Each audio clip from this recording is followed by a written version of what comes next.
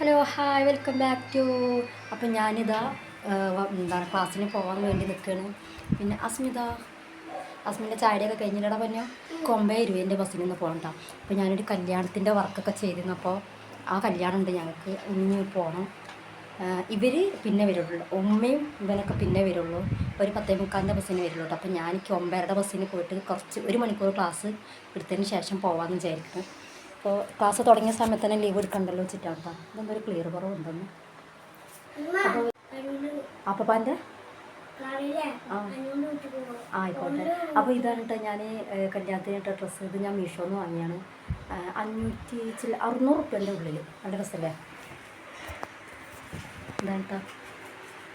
പൊന്നു മിച്ചി പോട്ടെ, ടാറ്റ തന്നെ.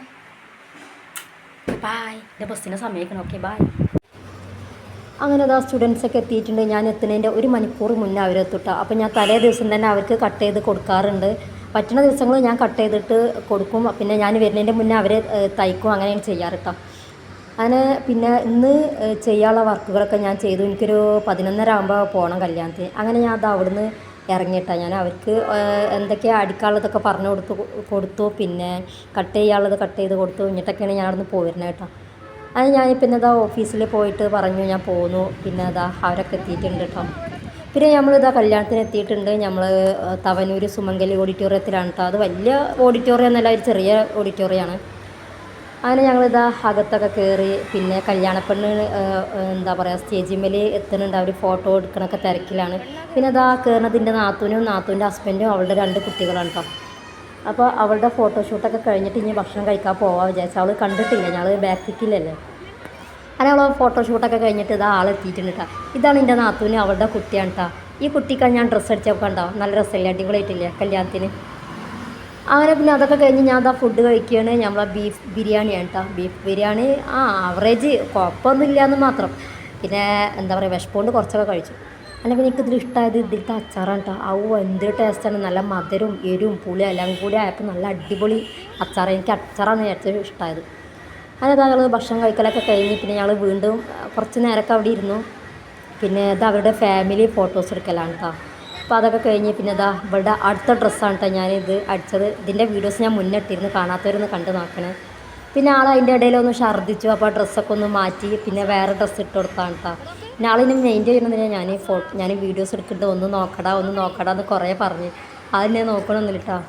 പിന്നെ കുറച്ച് ജാടയിലാണോ തോന്നുന്നത്, ഞാൻ ചുമ്മാ പറഞ്ഞ കേട്ടോ. ആൾക്കൊരു ചമ്മൽ.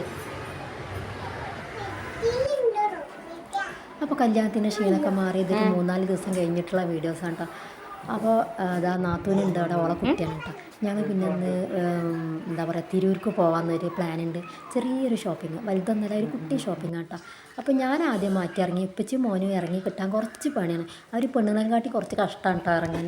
അതിന് ഞാൻ ആദ്യം ഇറങ്ങി, പിന്നെ അവർ വരട്ടെ വിചാരിച്ച്. അങ്ങനെ അതാ വൈക്കലൊക്കെ എത്തിയപ്പോൾ സ്ഥിരം പോലെ തന്നെ അസ്മി ഇന്നും ഉറങ്ങി കേട്ടോ. ആൾ പകൽ ഉറങ്ങിയിട്ടില്ല അതുകൊണ്ട്, അല്ലെങ്കിലും വണ്ടിമെന്ന് വേഗം ഉറങ്ങും ആൾ. അതിനതാ പിന്നെ തിരൂർ ടൗണിലേക്ക് എത്തിയിട്ടുണ്ട്. അപ്പം അതിൻ്റെ മുന്നായിട്ട് ഞാൻ ഓനെ എണീപ്പിച്ചു, മൂത്രമൊക്കെ ഒഴിപ്പിച്ചു. പിന്നെ ടൗണിലേക്ക് എത്തിയാൽ പിന്നെ മൂത്രമൊക്കെ ഒഴിക്കാൻ ഇത്തിരി ബുദ്ധിമുട്ടല്ലേ വിചാരിച്ചു. അങ്ങനെ ആളൊക്കെ ഉഷാറായി. ഇതാ കണ്ട ആളെ ഞാൻ മുന്നിലിരുത്തിയിട്ടുണ്ട് കേട്ടോ. പിന്നെ നമ്മൾ സ്ഥിരം പോണ നമ്മുടെ മാർക്കറ്റിലേക്കാണ് നമ്മൾ പോണത്. അപ്പോൾ ഷോപ്പിങ്ങിൻ്റെ ഉദ്ദേശം എന്താണെന്ന് വെച്ചാൽ അസ്മിക്ക് മദ്രസയ്ക്ക് ഇടാൻ കുറച്ച് പാൻറ്റുകൾ വേണം കേട്ടോ. പിന്നെ 3/4 അങ്ങനത്തെ ട്രൗസറൊന്നും മദ്രസയ്ക്ക് ഇടാൻ പറ്റില്ലല്ലോ. അപ്പോൾ പിന്നെ പാൻറ്റുകൾ തപ്പിത്തെരഞ്ഞ് നടങ്ങിയതാണ്. പിന്നെ ഈ ഷോപ്പ് കണ്ടപ്പോൾ തന്നെ അസ്മി പറയുന്നുണ്ട്, ഉമ്മച്ചിക്ക് ഈ ഷോപ്പ് മാത്രമേ പറ്റുള്ളൂ, വേറെ ഒന്നും പറ്റൂല എന്ന് ചോദിക്കുന്നു കേട്ടോ. എന്താണെന്ന് അറിയില്ല, സ്ഥിരമായിട്ട് ഞാൻ ഇവിടെ നിന്നെല്ലാം എടുക്കാറ്. ഇവിടുന്നും മർഹബേന്നൊക്കെയാണ് ഞാൻ സ്ഥിരമായിട്ട് എടുക്കാറ്. അങ്ങനെ അതാ പിന്നെ അവനക്ക് പറ്റിയ പാൻറ്റ് കിട്ടിയില്ല. അപ്പോൾ പിന്നെ എനിക്ക് ഷോൾ വാങ്ങാനുണ്ട്. ഞാൻ ഈ സാരിക്ക് ഒക്കെ ഒരു ഷോൾ വാങ്ങാനുണ്ട്. അപ്പോൾ അതിനൊക്കെ വേണ്ടി പോവുകയാണ്. പിന്നെ ചെറിയ അല്ലറ ചില്ലറ ഷോപ്പിംഗ് ഉണ്ട് കേട്ടോ. അപ്പം ഞാൻ വിചാരിച്ച ടൈപ്പ് പാൻറ്റ് ഇവിടെ കിട്ടിയില്ല കേട്ടോ. പിന്നെ ഇനി വേറെ ഏതെങ്കിലും കടയിൽ പോയിട്ട് നോക്കണം അവിടെ ഉണ്ടോ എന്നുള്ളത്. അപ്പോൾ അതാ ഞങ്ങൾ അവിടുന്ന് ഇറങ്ങി. പിന്നെ അതേ അതിൻ്റെ അടുത്തുള്ളൊരു കട ഉണ്ട് കേട്ടോ. അത് ചെരുപ്പുകളും ബാഗുകളും കുടകളും അങ്ങനെയൊക്കെ ഉള്ളൊരു ഹോൾസെയിൽ കട തന്നെ കേട്ടോ. എന്നാൽ അത്യാവശ്യം റേറ്റൊക്കെ ഉണ്ട് ഈ കടയിൽ. അങ്ങനെ ഞാൻ ഇവിടുന്ന് എന്താ പറയുക കുട വാങ്ങാമെന്ന ഉദ്ദേശത്തിലാണ് ഞാൻ ഇങ്ങോട്ട് കയറിയിട്ട്. പിന്നെ ചെരുപ്പൊന്നും വാങ്ങണില്ല. പിന്നെ ജസ്റ്റ് ഒരു ജാടയ്ക്ക് വേണ്ടിയിട്ട് ചെരുപ്പൊക്കെ ഒന്ന് നോക്കി, പക്ഷേ വാങ്ങിയില്ല കേട്ടോ. അതായത് ഞാൻ കുട വാങ്ങിയിട്ടുണ്ട്. ഇനി മഴക്കല്ലേ വരുന്നത്. എൻ്റെ മുന്നത്തെ കുട കേട് വന്നു. അപ്പോൾ ഞാൻ പുതിയ കുട ഒന്ന് വാങ്ങിയതാണ്. ചെരുപ്പാ ചെരുപ്പ് വേണ്ട ഇരിക്ക്.